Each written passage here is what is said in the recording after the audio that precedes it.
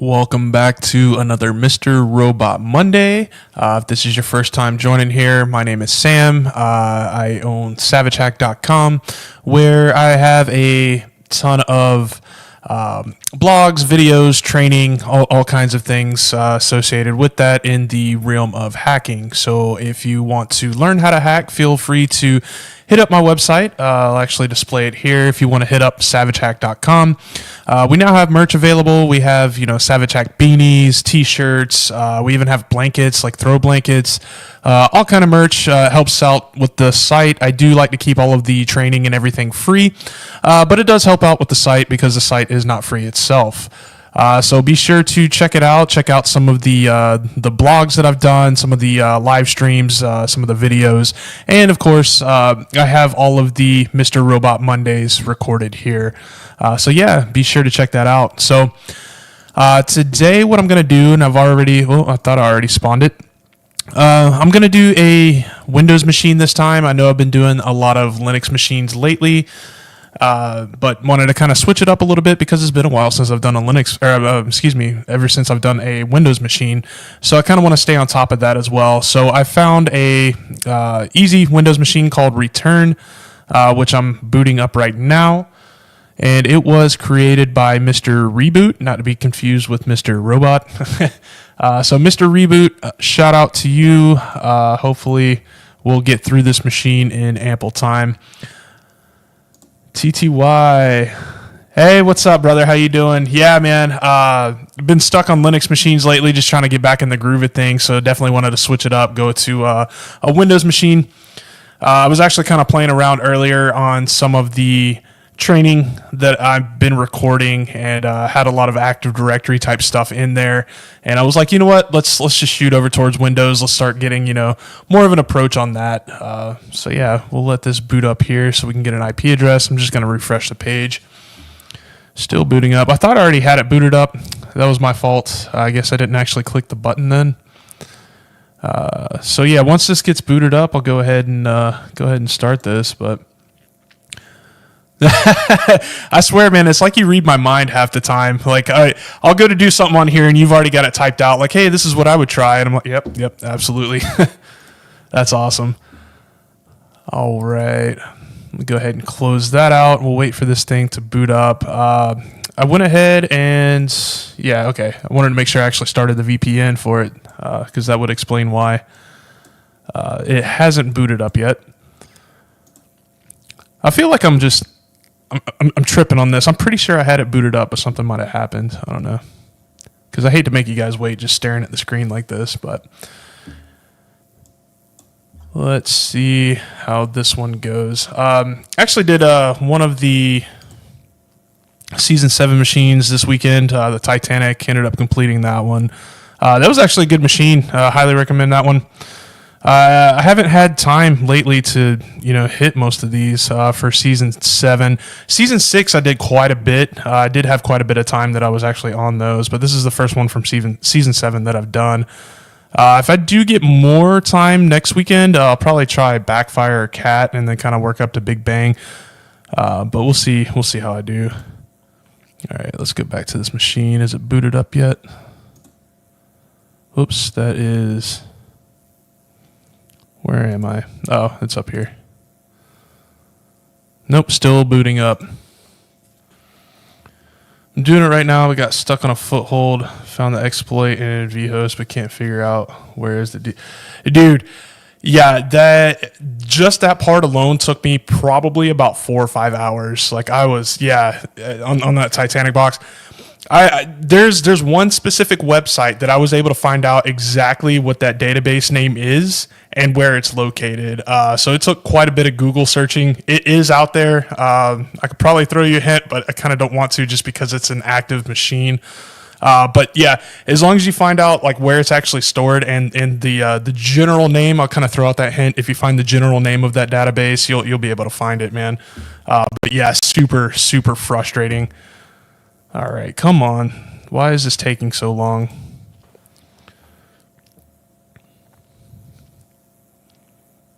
I just need it to boot. Need an IP address. And then we can get started with this. But yeah, that Titanic box was pretty good, man. Once you get past that part, it's easy sailing from there. No pun intended with the Titanic theme, but yeah, it's not a bad machine. I tend to find that the hack the box machines, like one or the other flags, is just always just ridiculously hard to figure out. Like you'll have one super easy, the other one's like super difficult for no reason. It's rare that you'll find one that like both of them are just super easy. All right. Why is this taking so long? I might have to hit stop and try this again. Yeah, for sure, man. Yeah, hopefully you get it figured. I'm sure you'll get it figured out, but hopefully it's not as frustrating for you as it was for me.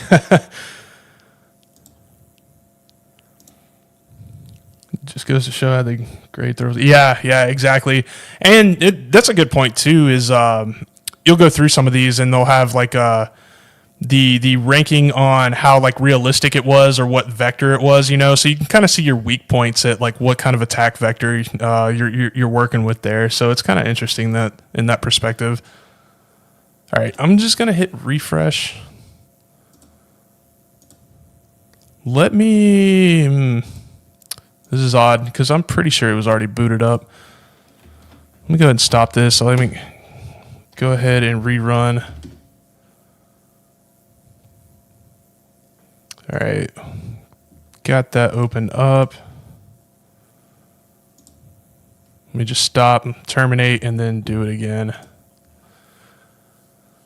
And hopefully it doesn't take 20 years. Like I said, I'm pretty sure I already had it booted up, but it looks like something might have happened.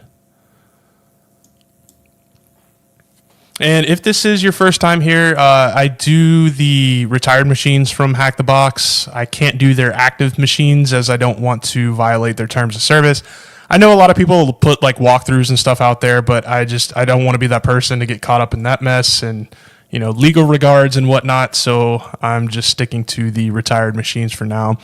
Once I find another platform, which I've been looking at a couple of other platforms that might allow it, might start jumping over to those. I was going to go over to Offset's Proving Grounds. However, they kind of have the same thing, which I actually reached out to their people 2 days ago because they do have retired machines as well. So I want to see if those are in play.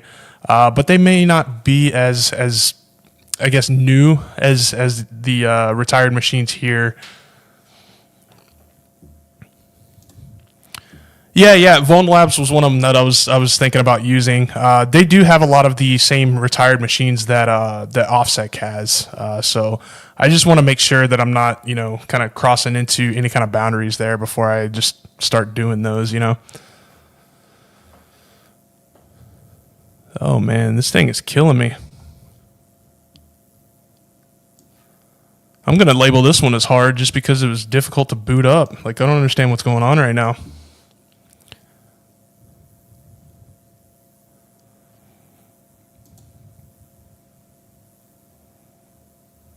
Oh, we got an IP address. Sweet. VulnLab allows you to post any machine online walkthrough. Oh, that's perfect. Yeah, man. I might start doing that then. It was definitely one of the platforms I was looking at because they have some really, really good ones that I've seen and ones that I've done previously. I just wasn't aware of their terms of service or the legality purposes there. All right, so we got it booted. We have an IP address. Let me go ahead and copy that, and we'll move this out of our way. And let me go ahead and run an nmap scan. And we'll do output to nmap.txt. And fun fact, I just got done recording some training videos on nmap and like the footprint of some of the tools that we use just to see the footprint that's left behind and whatnot. Did about, I think it was like 3, almost 4 hours worth of recording for that, and then found out that I had my encoding completely set up wrong. So my mouth would move like very, very slowly, and like the audio was perfect. So there was a little bit of a delay there. I got to go back and like redo all of that. Super frustrating because it took me a minute to get the labs and everything that I was working on set up, but it is what it is. At least I'm familiar with like how to set it up now, rather than just like a cold boot, so I can expedite that part. But still, super frustrating. So right now, I'm just running another nmap scan with a version and script scan on these specific ports that were open. And while that's going, I'm actually going to boot up some music in the background. Hopefully it's not overbearing, but there we go. Alrighty, so it looks like we have port 53, so DNS, port 80, 88 Kerberos, 389 LDAP, 445139 for our SMB.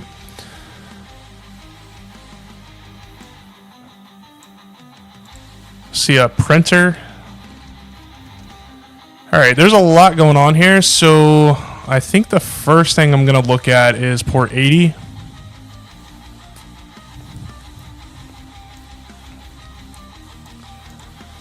So we'll do 10, 10, 11, 108.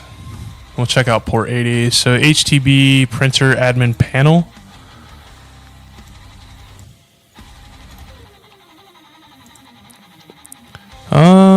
Let's see if there's anything crazy in here.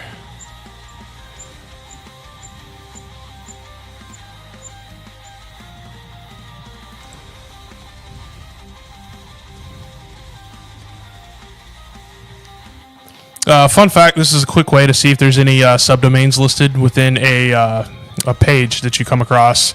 Just type this right here, and if there's a subdomain listed after it, that's where you can go. So just checking through it right now. It doesn't seem to have anything there worthwhile. So there's a settings page. Facts, troubleshooting, doesn't go anywhere. Alrighty.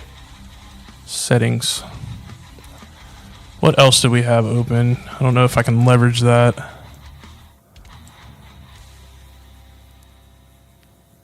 And 5985.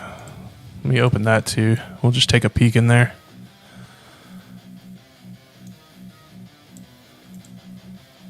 Ten, 10, 11, 108. Settings page seems something you can leverage. That's kind of what I was thinking of. I just don't want to go down a rabbit hole just yet, so I kind of want to see if this other page has anything. If it doesn't, then I'll go down that rabbit hole and we'll see what we can find out. 5985. Nothing found. Oh, okay.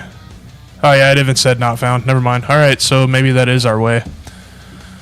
So we have a settings page, server address, printer.return.local, server port 389, which 389 was open, I believe. Yep, for LDAP.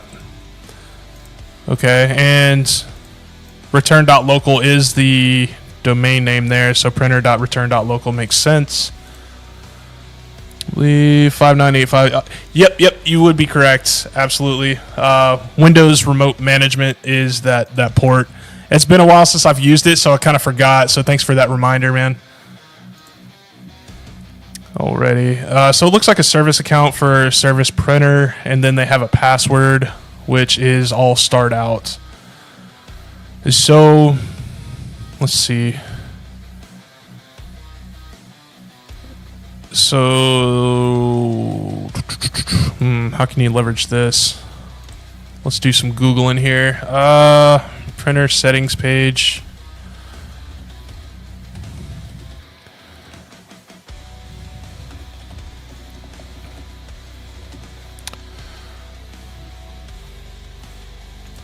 Printer hacking.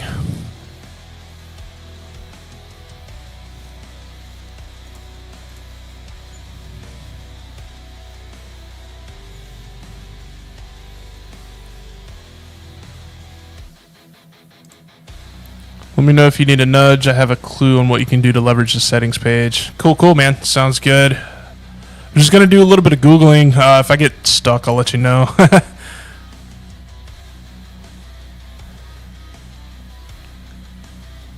Because I feel like, so if it's going to LDAP, right? Maybe you can use the settings page to access an internal page. And TTY said nope. So since it's leveraging port 389, so it has to go through LDAP, right? So it's going through that for that authentication piece, right? So SVC printer is the service account and then a password. So what I'm wondering is if, let's think about this. So if I start a netcat listener, let's see, we'll do netcat, let's do LVNP, that's fine. And then that LDAP port, so 389. I'm wondering if it's going to authenticate with me if I change the server address to ours, which is 10, 10, 16, 17. Okay, we got something there.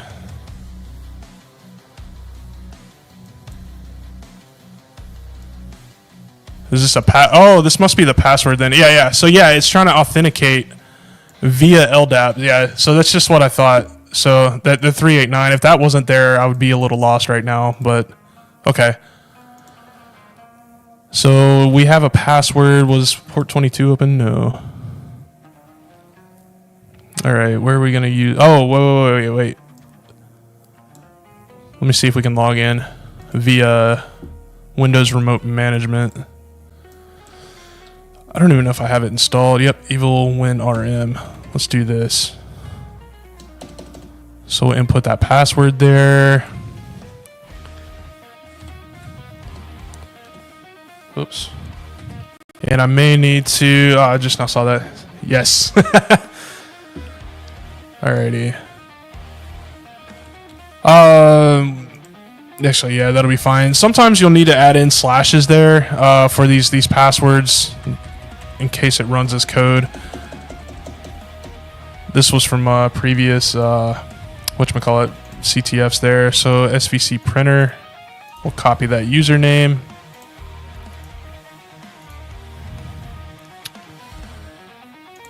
This one. Paste that in there. And then what was our IP address? 10, 10, 11, 108. See if we can log in. It looks like it's letting us. Yep. Sweet. That was very quick. So I have a feeling like this next one's going to be ridiculously difficult. Let's see what we got in here. Nothing in there. And usually these are on the desktop, so we'll check the desktop for the flag. There it is. So we'll type user.txt, grab that flag. Boom.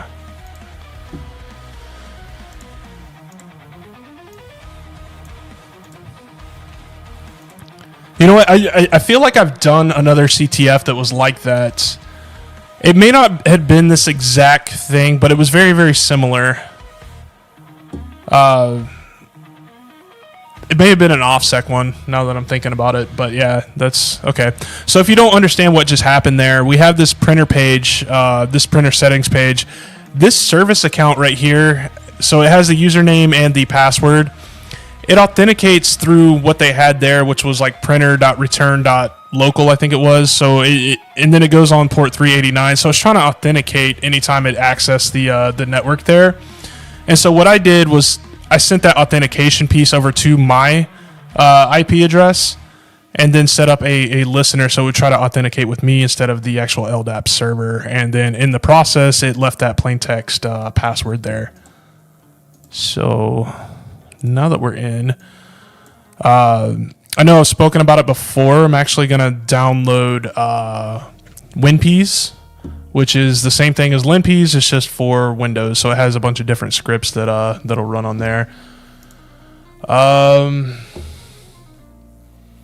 Man, it has been a while. What's the best way to transfer files onto Windows? So I'm so glad you asked. Let me pull up my notes, actually. Whoa. File transfers, Windows utilities.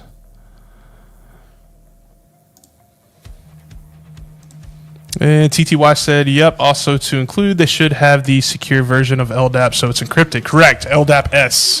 Very, very important for that. Otherwise, you wouldn't have seen it in plain text like that.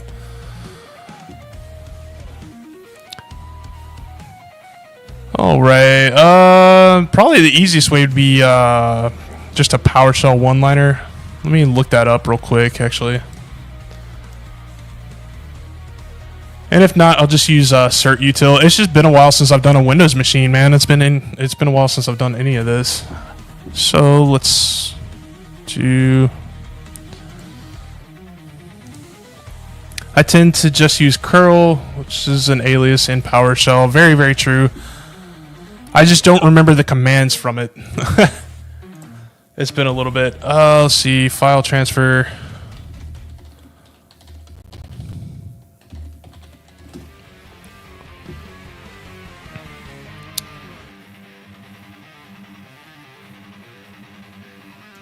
All the ways to file transfer. Hey, there you go. See if we can control F PowerShell, yeah?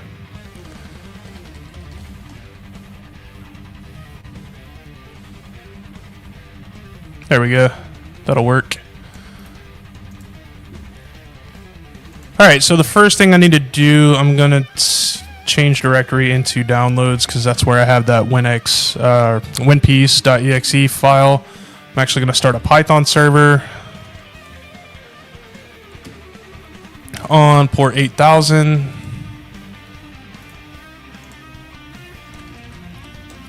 So we'll call this winpiece any.exe. winpiece any.exe. Did you check the privs you have? Also the groups you're in. I have not yet. I was just going to run this.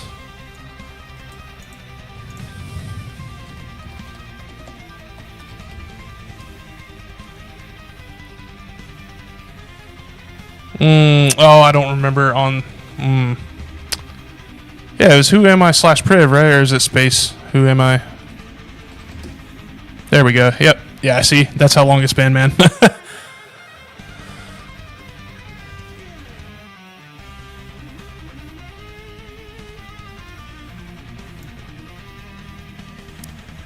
Backup and restore privileges. Might be something to look into there.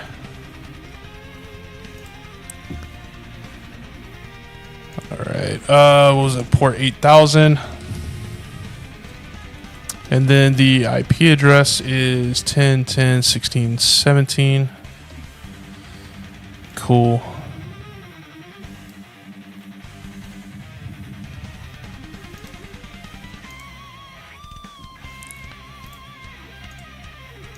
What am I looking up on Google? The privilege name?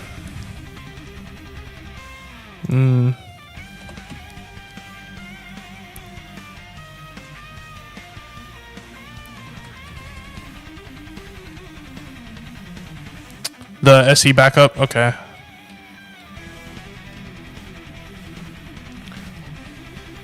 Exception during web client request. Let's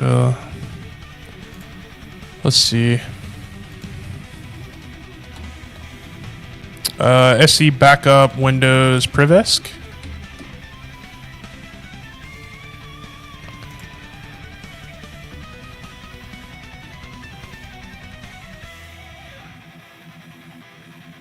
Create a full backup of the entire system, including sensitive files like the SAM and the ntds.dit for the Active Directory services.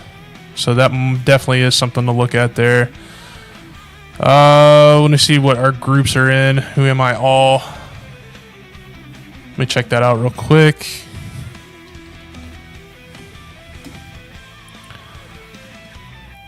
All right, so we are in server operators, print operators, remote management users. So that's what we're in right now. I'm not sure print operators and server operators. I don't know what that includes. We'll have to Google those as well. Let me figure out what's going on with this one-liner here.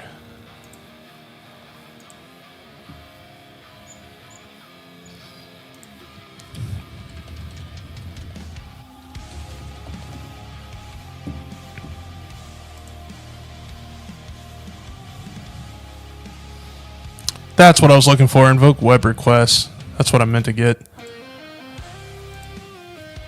God, it's been so long. You start to lose the stuff like the more you don't use it. Let me just copy and paste what's there.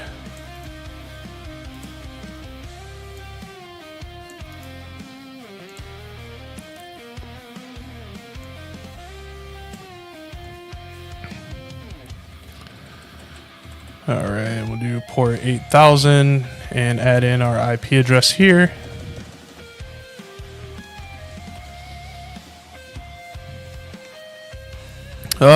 Where should we put this actually?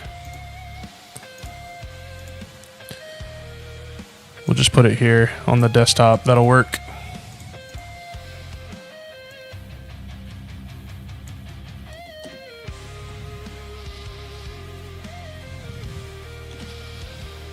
All right, let's try and download this.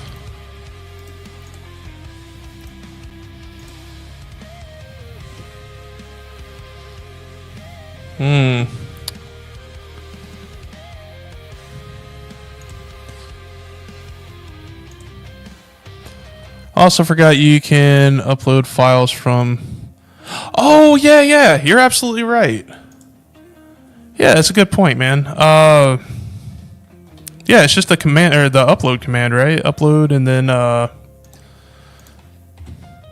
have to specify? Let me see. Home, Savage Hack, downloads, and then WinPs, any.exe.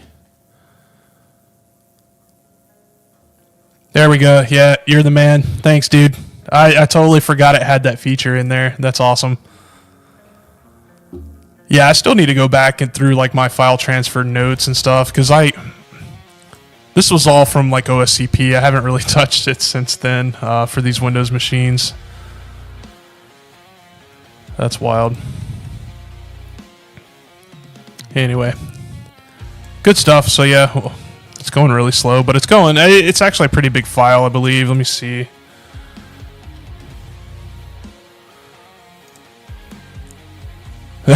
Yeah, well, I definitely appreciate the help, man. WinPs, any... Yeah, it's a pretty big file, so it's going to take it a minute.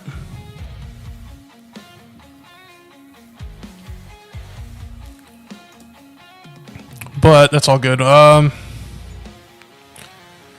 In the meantime, I need to look up print operators and server operators.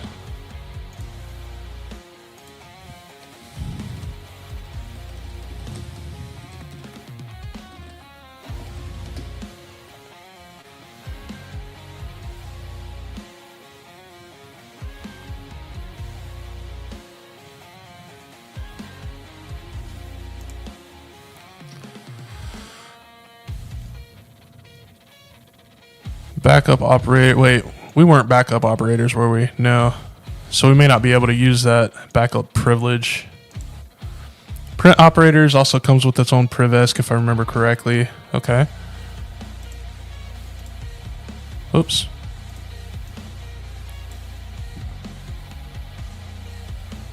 Enable SC backup. So I think we need to be in that backup operators to use the SE backup privilege, if I'm not mistaken. There we go, print operators. Print operators is another highly privileged group. It grants its members the SC load driver privilege, rights to manage, create, share, and delete printers connected with a domain controller.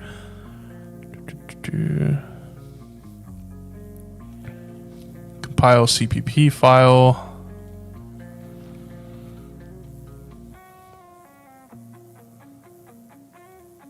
Server operators. I think that was one of them too, wasn't it? Yeah, server operators.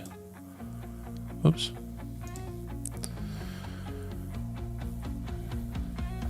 So this allows members to administer Windows servers without needing assignment of domain admin privileges. Very highly privileged group.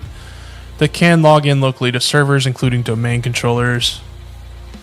You can check, you can back up the SAM and system and secure files without any other tools. Yeah, but I thought you had to be in that group though in order to get the SAM and the system. I can try it real quick. Let's see if it'll work. Well, I gotta wait for this to get done, but yeah.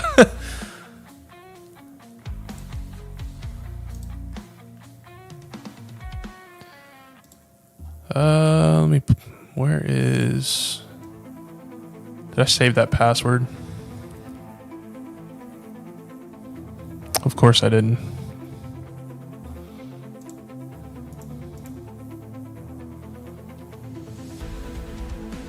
Oh, I did. There it is. Okay.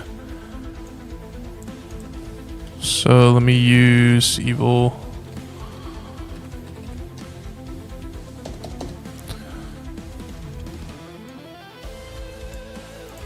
I'm just gonna have another shell open.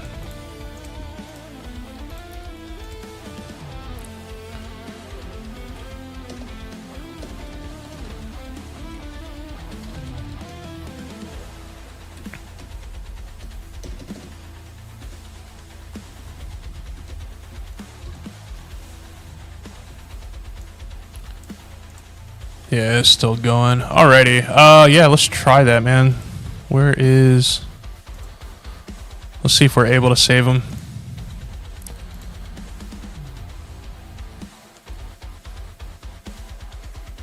There it is. Oops, didn't mean to open that.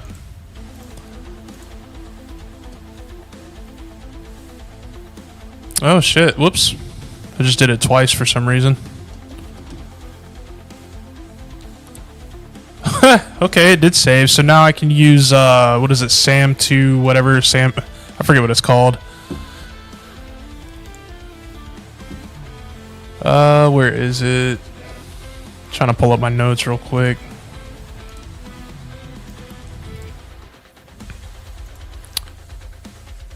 I forget what the name of that tool is. It's something like SAM2 dump or something. SAM2 secrets or something like that. I don't remember what it's called. No.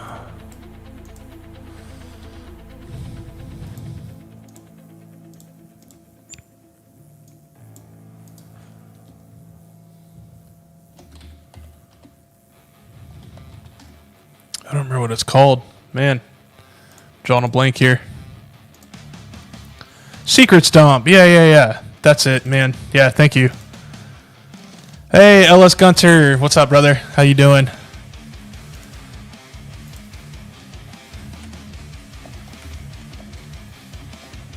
Secrets dump. I don't even know if I have it on here. Secrets dump.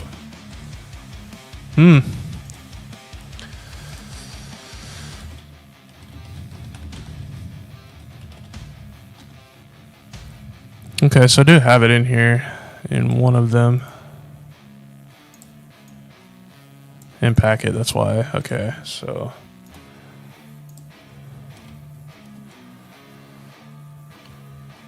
God, has it been a while. So we'll do tax SAM and then tax system for the system.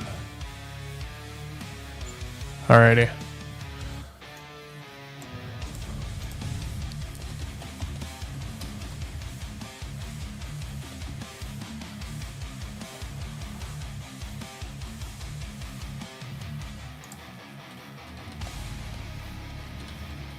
Oops. System.sav. See if we can get anything out of this.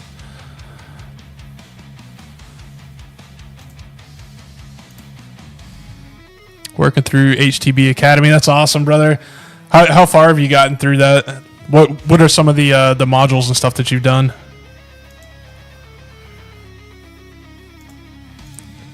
All right, system's gonna take a bit.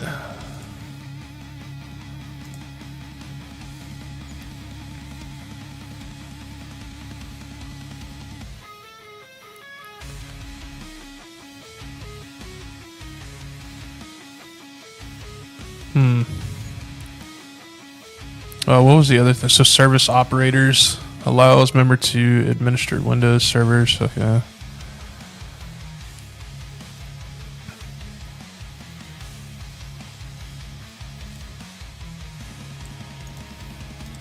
At the tail end of footprinting right now. That's crazy, man. I just got done recording some videos on tool footprinting.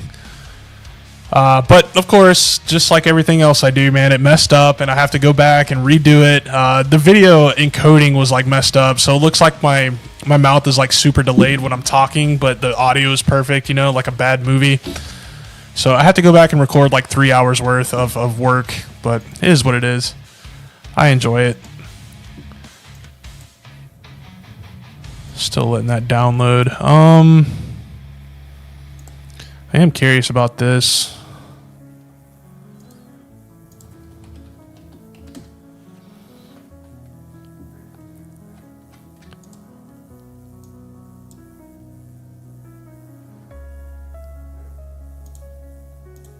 Oops.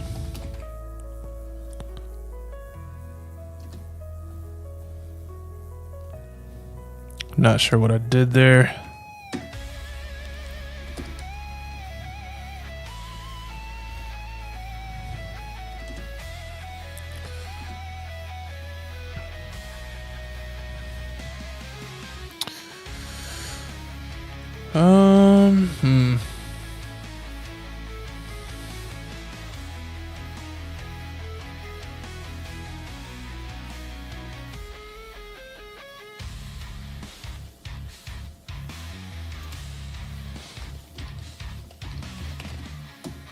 Let's try to get service now. SC will query all. No, what the hell?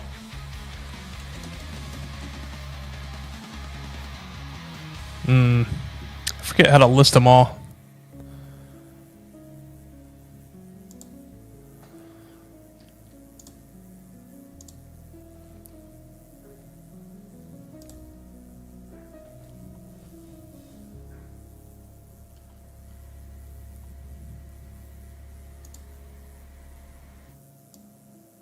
Pull this from my notes here. So we got services we can find that we can start and stop, because it looks like if we're in this, which we are, we're under the server operators group there. It's looking like we can start and stop services. Of course, it's not letting me do anything. It's not letting me look anything up. Interesting.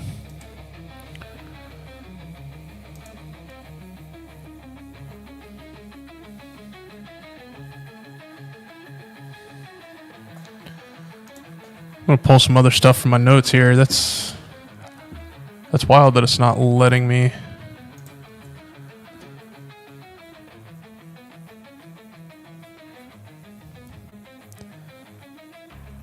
Access denied. Maybe that's why. Maybe I just don't have permissions to look.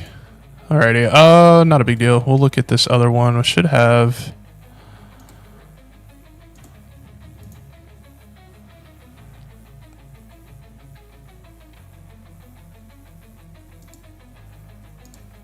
Download successful. Okay, so let's do.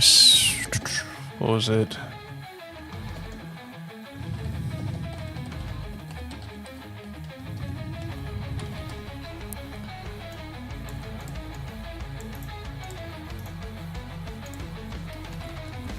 What was it? TAC.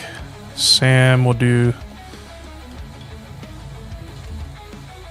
And then TAC system.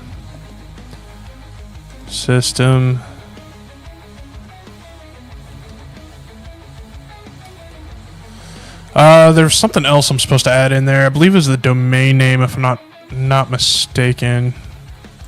Was it called Reflect or something?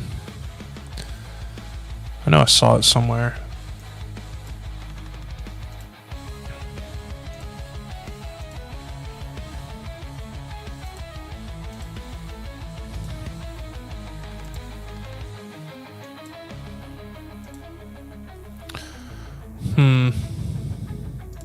No need for domain. So I can just run it as is? No, there's something missing here.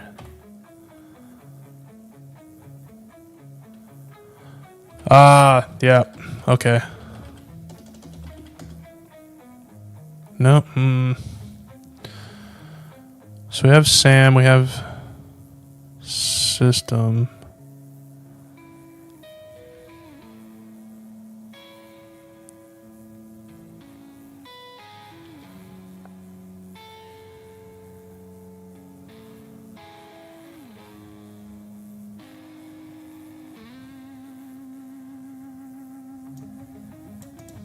Okay, so it's target dash local.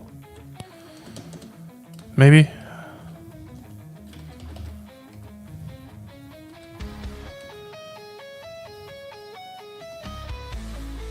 No?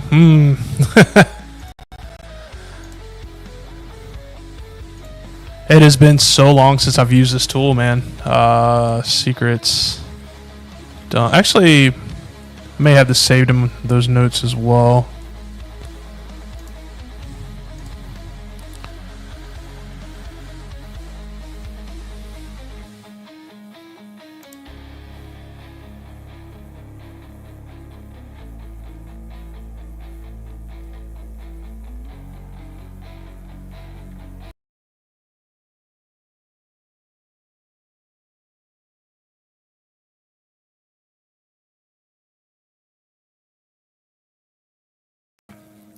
Well, totally did not mean to do that. Accidentally hit the thing on my browser. So hopefully you're still here with me. Sorry about that. Let me go ahead and share my screen again. Accidentally hit refresh on the browser. Did not mean to do that. I'm glad it let me back in though, instead of just auto ending. You said, oh, it's just local. Let me see. Let me see. Now I'm all discombobulated trying to get the browser back up. That was hilarious. Sweet. Awesome. Yeah, I'm glad I didn't kick everybody. All right. Oh, this one right here. Yep. Oh. So much like delay in my mouse on this this VM here. So you said it was just local then. There we go. Sweet, dude. So now we got an administrator hash and a guest hash. So we'll focus on that administrator hash then. Hell yeah, dude.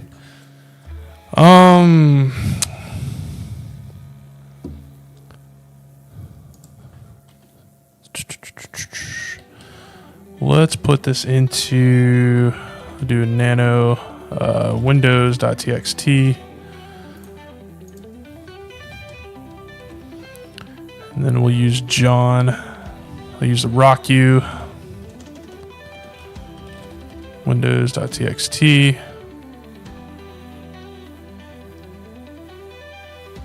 Format NT.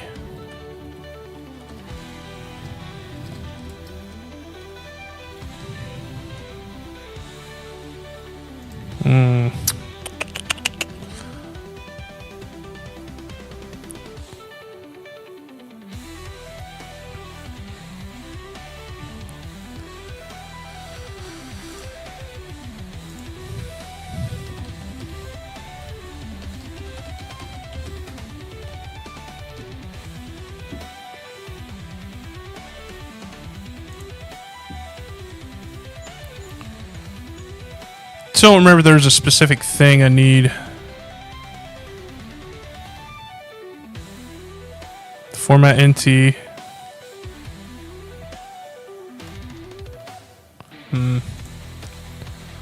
So it looks like I did it correctly. It just may not be in that.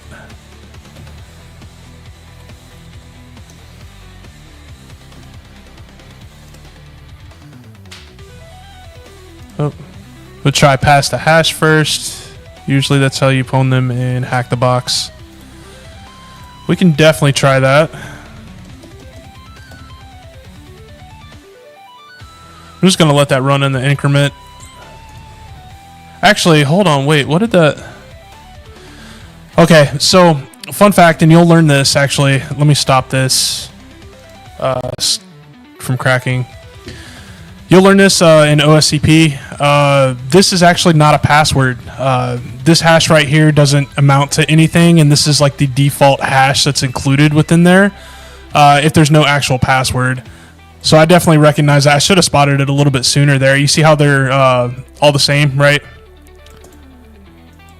Starting out like the AAD, that's what you want to look for within that hash. Same thing with like the default account right there, right? That just means that there's no actual password there, so we won't be able to leverage that for anything. It's not going to crack to anything.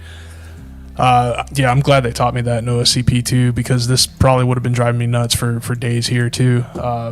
Yeah, so I don't think this is going to be our approach here, unfortunately. Because this is where the password would actually be for that guest account. It's all the same thing, right? Like that's why they're all the same there. So yeah, unfortunately. Oh, said he's on the phone. Couldn't tell. Yeah, no worries, man. I know it's kind of small. Sorry about that. But yeah, fun fact. If this is your first time viewing this. This password hash right here is not an actual password. It's just something they put in place there for the NT hashes if there's no password associated. So that's definitely not our approach. That was a good thought process though, but it kind of went down a little bit of a rabbit hole there. But we also did demonstrate this is how you would extract password hashes if you have that SE backup enabled. You notice how we were able to pull the SAM and the system files. Normally you would need administrative permissions to pull those two files, and then from there we can use that secret dump program that we just used there, and it'll actually dump the password hashes for you, and then from there you can take them to John or Hashcat, however you want to do it, and then crack the passwords from there. You'll see that in a lot of CTFs. You'll see that in a lot of the OSCP labs as well. So yeah, really good thing to know. Kind of glad we went down that too. So either do the full extent of the backup privesc or the printer operator privesc or the server privesc. That's kind of what I'm leaning towards, man, is either that operator one or the server group one. So let me see.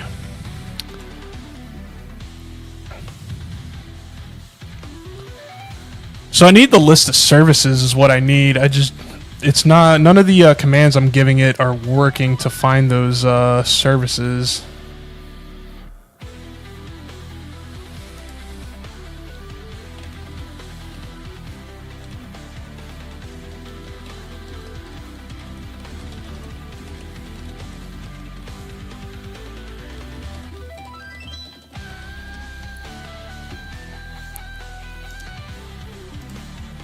Because we only did a part of the backup privesc.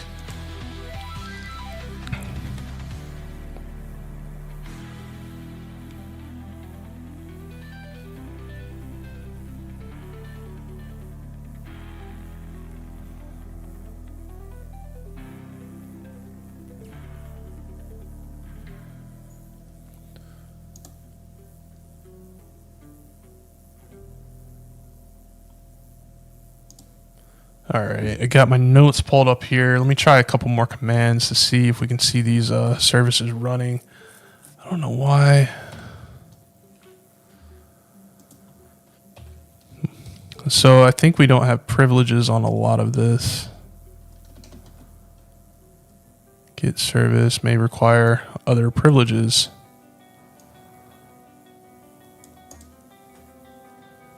But it did say that, right? Who am I? Yeah, so server operators.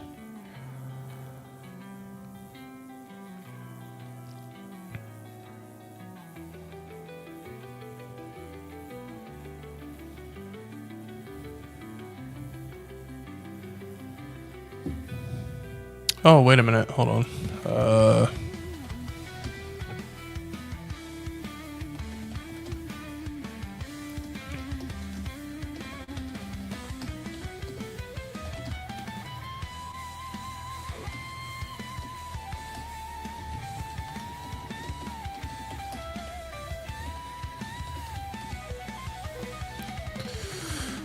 All right, so this is WinPeace. This is a privilege escalation script for Windows. I'm going to actually use this to see what services are running, since the commands that I keep running aren't working for whatever reason.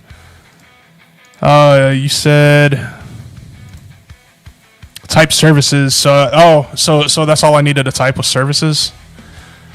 I think it's because it's throwing me off because it's in PowerShell. But yeah, let me try that real quick too while that's running.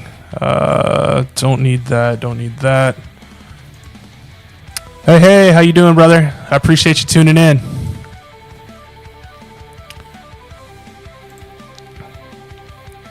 Where did I have it? Oops. Let me close out some of these windows here, man. So disorganized. So you said system or services? My bad. Services. Dude, I swear to God, you're a genius. Thank you. God, it's been so long. All right, so we have some services that are running. Might be able to leverage.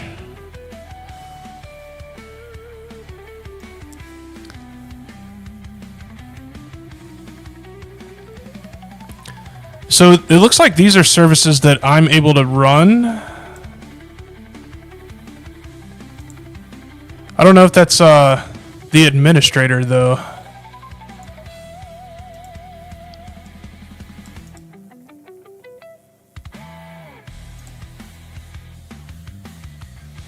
So WinPeas is just like how LinPeas is. Same concept, right? It runs a ton of scripts. If you see red, it's going to tell you something's misconfigured there, right? Might be a good avenue of approach.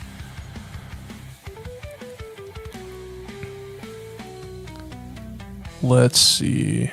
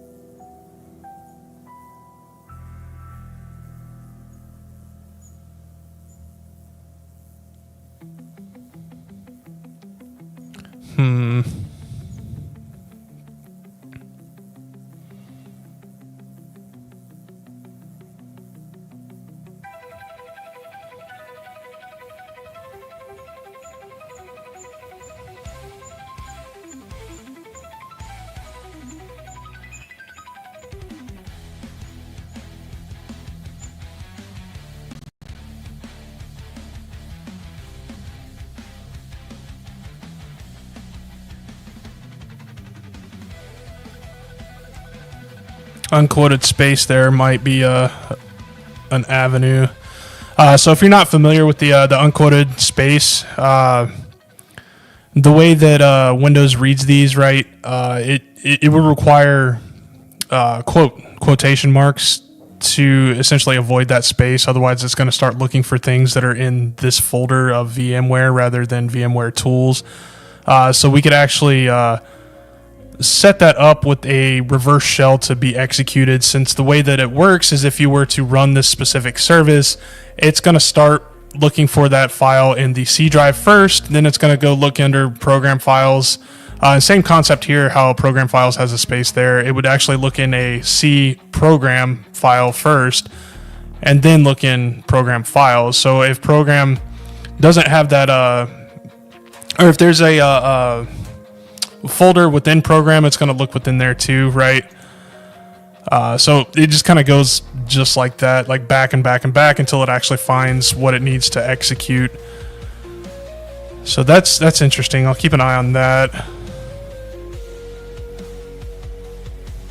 Which actually, TTY already said that. Already said VM tools is one, yeah. All right.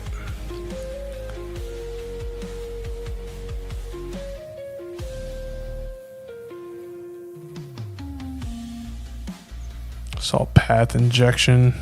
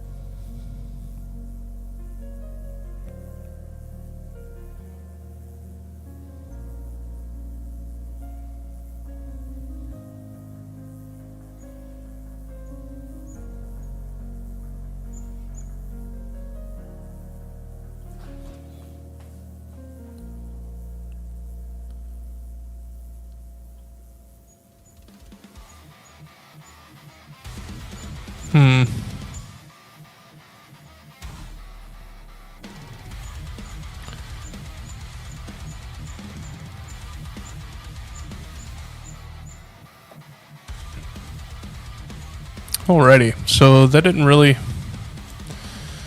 help much there other than the VM tools, which we might be able to use that unquoted path there.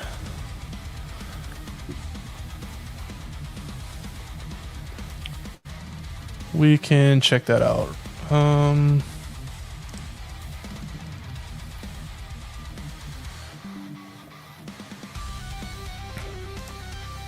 Let me pull up Privesk. I'll go into Windows, Service Exploits. So unquoted service path. Ah, man. Let me try running that. We'll kind of drown out some of the noise there.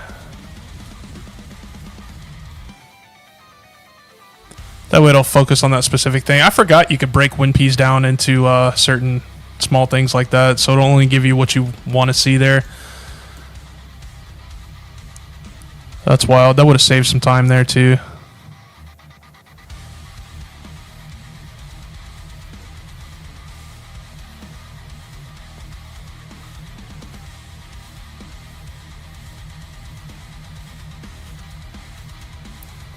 It says we can't modify any service though, so I'm wondering.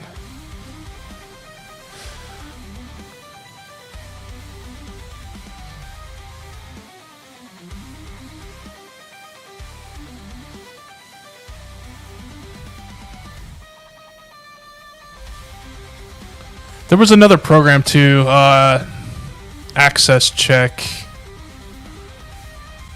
I need to download that. I don't have that on here.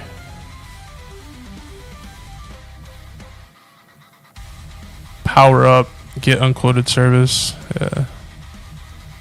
Huh.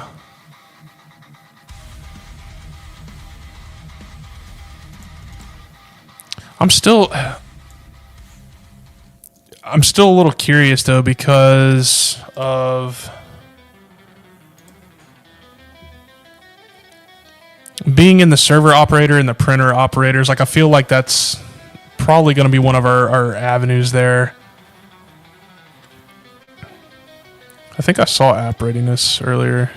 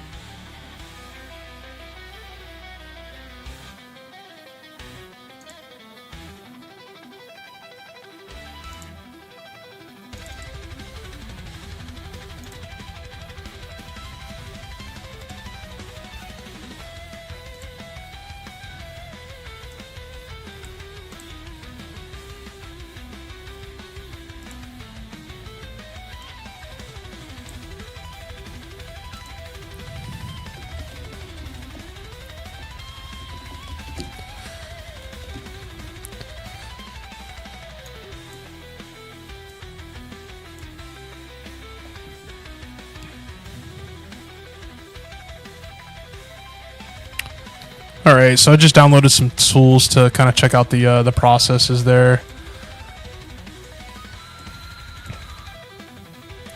Did not mean to click that. So PS service, computer username, password, command, and options.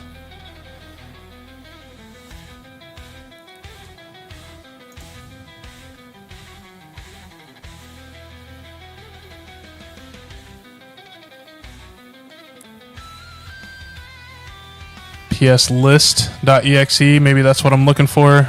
We'll try that.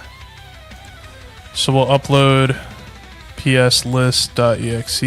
That's actually under downloads, so we'll do home savage hack downloads.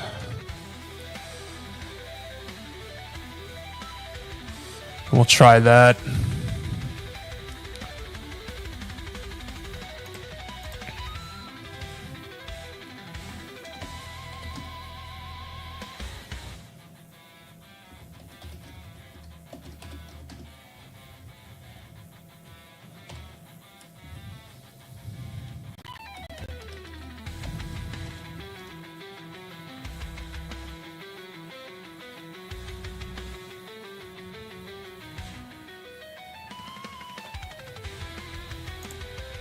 This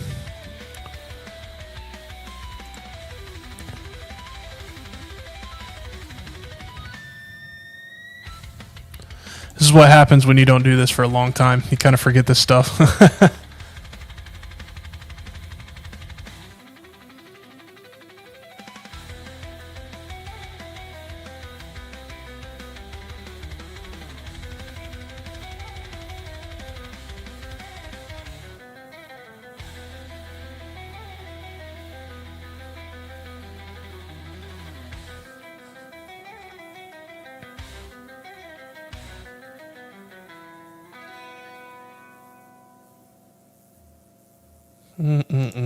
Man, it's been a while. I'm trying to think this through. It doesn't let us look at the services though, so I'm not. So these. Hold on, let's see. Let me type this in again. So services. So these are all .exe though. Like these aren't.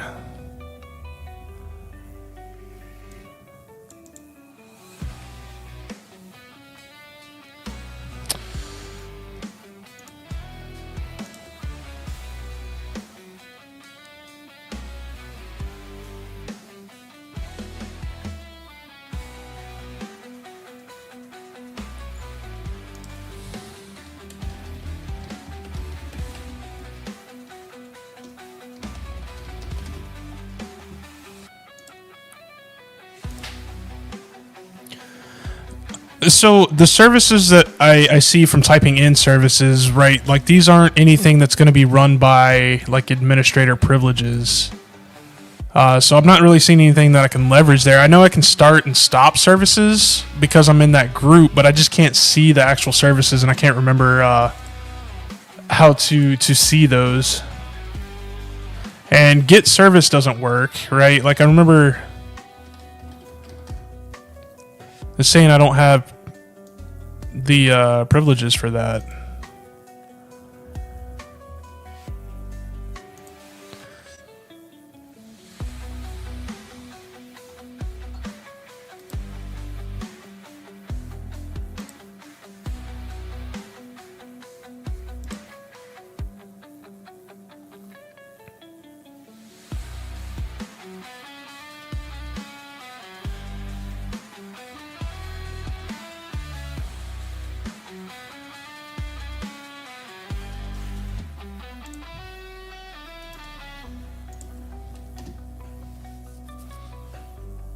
Oh, wait a minute.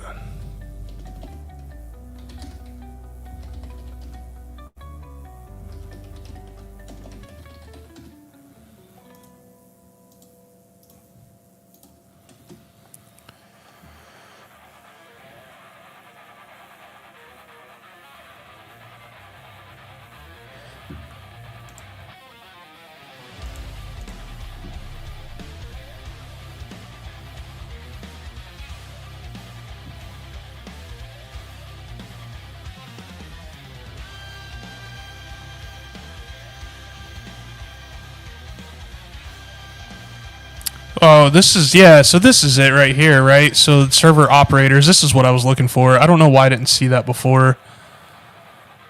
So all of these services I'm able to stop and run, right? So actually I thought I saw app something earlier.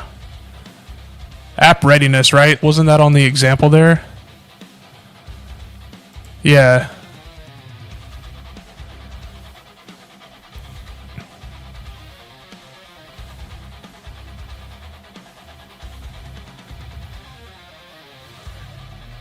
Speaking of the devil, there's secrets dump.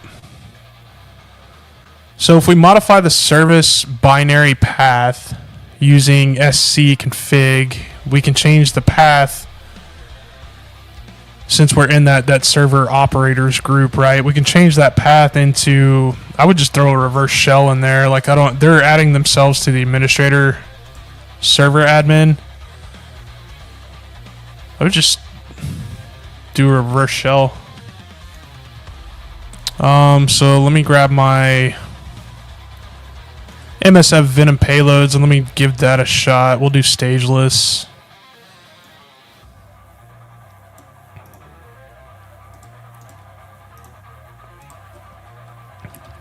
And I'll just name it shell.exe. We'll do port 4444. 10, 10, 16, 17. Go ahead and create that shell.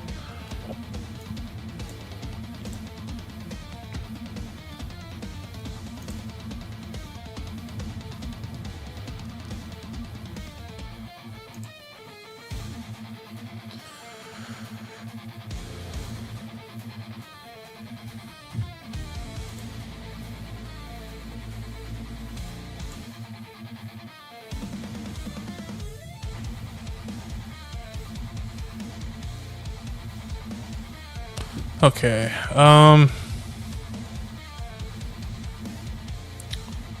So I guess we can just use the same thing, right? We'll use app readiness since it was already there. And we see it here. And it says server operators group. Okay. So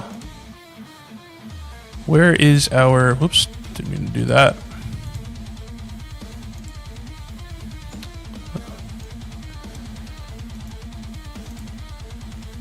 Oh wait, I should probably upload it first, huh?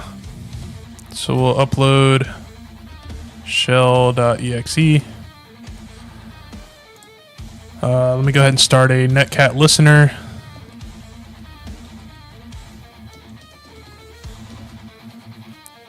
And let's see if this works. Shell.exe. Okay, so whoops. Binary path is going to be this. I don't know if I need quotations or not. I might. Let me put quotations in there anyway. And then that will be shell.exe. Make sure this is right. And then we'll stop the service, and then we'll start the service, and theoretically we should get a reverse shell.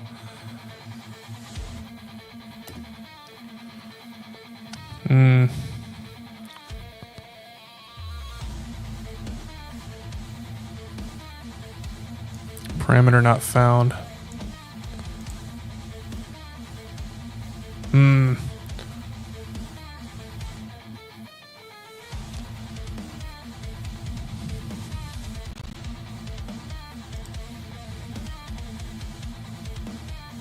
Maybe you don't need the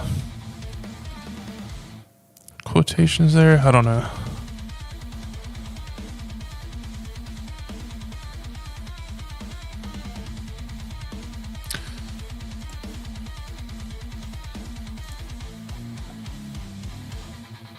Let me try sc.exe. There we go. Okay, so yeah, because of PowerShell, I had to specify the actual exe for it. So let's see if this works. So then it's sc.exe stop app readiness, and then we'll start.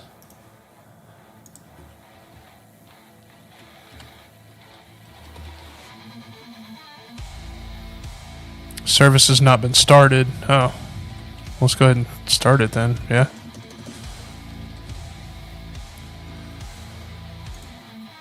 Oh, look at that. Who am I? Cool, man. Oh, shit.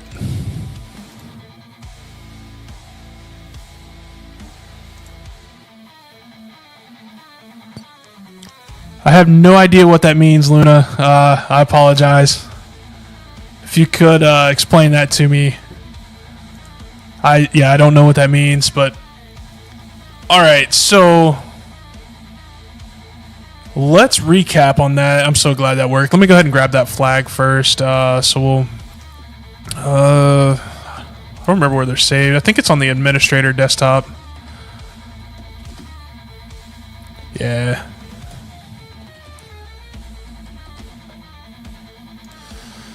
Yeah, but I needed your help, dude. I appreciate it, man. You saved me quite a bit there, especially with some of the things that I had forgotten. This is a good stream, basically. I appreciate it, man. I definitely appreciate it. Alrighty, so we'll go to the desktop here, directory, and we will type out root.txt. We'll grab that flag, and then we'll do a short little recap here. That was a pretty good one. It wasn't terribly difficult, but I'm glad I chose that one. Trying to get back in the swing of things with Windows machines. Submitted difficult. That was a piece of cake. Almost accidentally just got that. That was kind of funny, but all right. Submit that root flag. We got that one. I'd say it was easy. It was just me not remembering how to privesc in Windows. So it may have been even easier than that. Anyway, all right, so let's do a little recap. So I don't even know if I saved my maybe not. Let me pull up another terminal here. We'll cat out nmap.txt. So originally Scan had all of these open ports here. We went to port 80 first to check it out. Whenever we got to port 80, we found this printer admin panel here. Went into the settings. Vote for another Windows box. Yeah, absolutely will be a Windows box next week. I've forgotten so much. It's just one of those things, man. You don't keep up with it, you definitely will lose it. So yeah, we'll do another one next week. Alrighty, so yeah, went to the settings page. We saw that it had a server address of printer.return.local, which in our nmap scan on the script scan portion, we realized that return.local was the actual domain of the server, and then the server name was printer. It was running on port 389, which was open to LDAP. So with that, I realized that the service account for the service printer account with the password there was authenticating on port 389 for LDAP. So I set up a fake server essentially with Netcat and replaced the server address as my IP address. And when I did that, it popped up with a plain text password for SVC printer, that service account. Once we got that, thanks to the help of TTY and reminding me of port 5985 being that Windows Remote Management, WinRM for short there, I ended up logging in using Evil WinRM, and we got that foothold there with persistence. So from there, we looked at a couple of different options. We ended up doing Who Am I?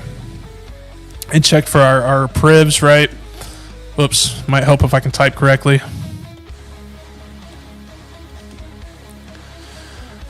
We checked out what groups we were in. We noticed server operators, print operators.